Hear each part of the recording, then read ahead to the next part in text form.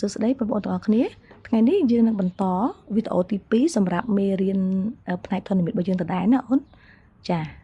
សញ្ញាដំបូងនៃរូបធនធានចាអញ្ចឹងអ្នកគ្រូនឹងមានលំហាត់គំរូមួយគេឲ្យយើងសរសេរឈ្មោះកន្លះបន្ទាត់តាមរូបខាងក្រោមចាអញ្ចឹង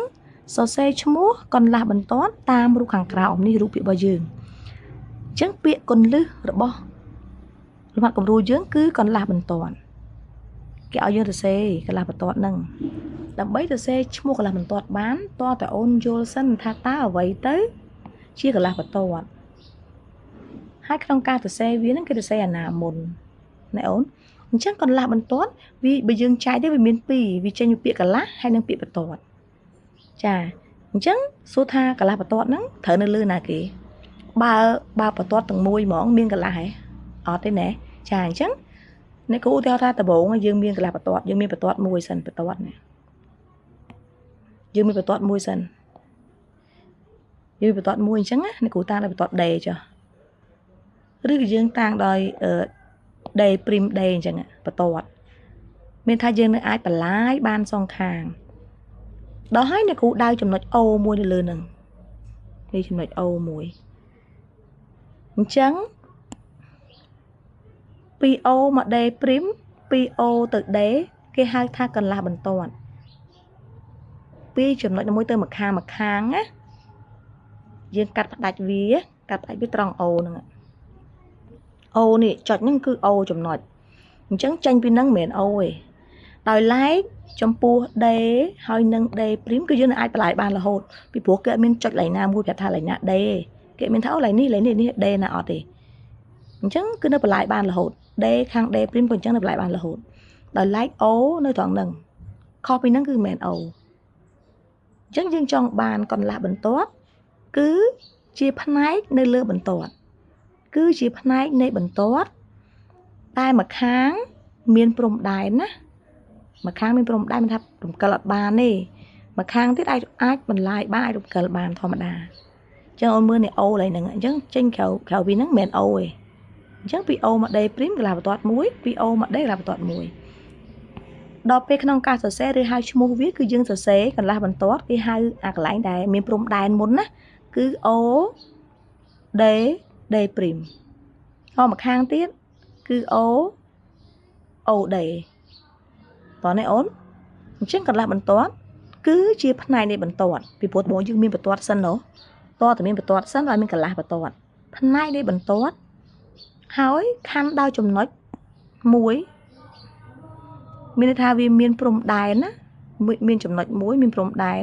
มันអាចបន្លាយបានដែលហៅថាគុលឡើយនេះហៅថាគុលពួកយើងបន្លាយអត់បានទេហើយមួយខាងទៀតបន្លាយបានអញ្ចឹងសំណួរទៅវិញថាបើយើងមានចំណុចមួយនៅលើបន្ទាត់តើយើងនឹងទទួលបានកន្លះបន្ទាត់ចំនួនប៉ុន្មានតោះអូនសាក់លបងឆ្លើយទាំងអស់គ្នាបើយើងមានបន្ទាត់មួយ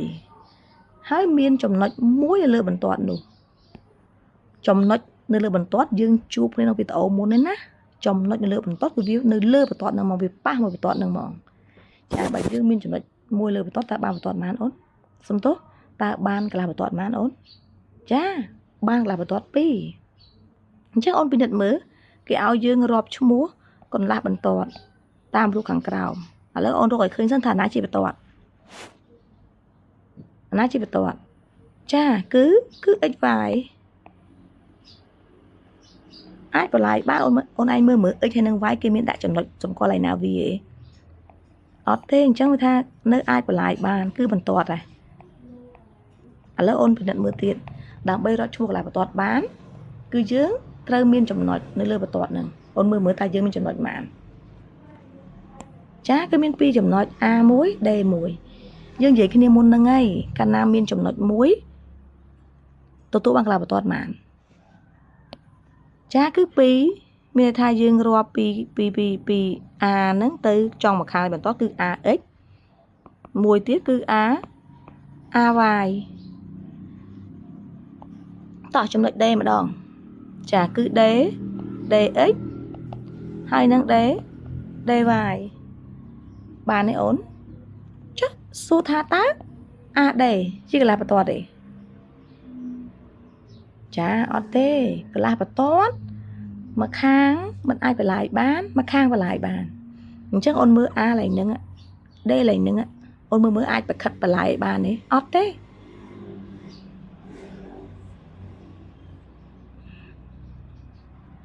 Chắc ôn bình định mưa A dương lại nâng ạ. D dương lại nâng ạ. Số thật chênh bình nâng nữa A D ấy. Chà, ọt thế. Chắc cứ viết miên prum đàn từng song kháng. Bởi dương trong ban cả lá mình tham mà kháng và lại bán, mà kháng và lại bán này cứ bị A mà ít.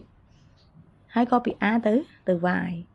Sọc lang vĩnh dương miên trong nạch muối tô tu ban cả lá mình tuột bì. Chó bà dương miên trong nạch pram nơi lừa mình tuột, miên trong nạch pram. Ta ban cả lá bà tuột màn. Ổn sao là bọn trai tặng ọc ní. Cha cứ đọc. Cha áo côn trong điệp ly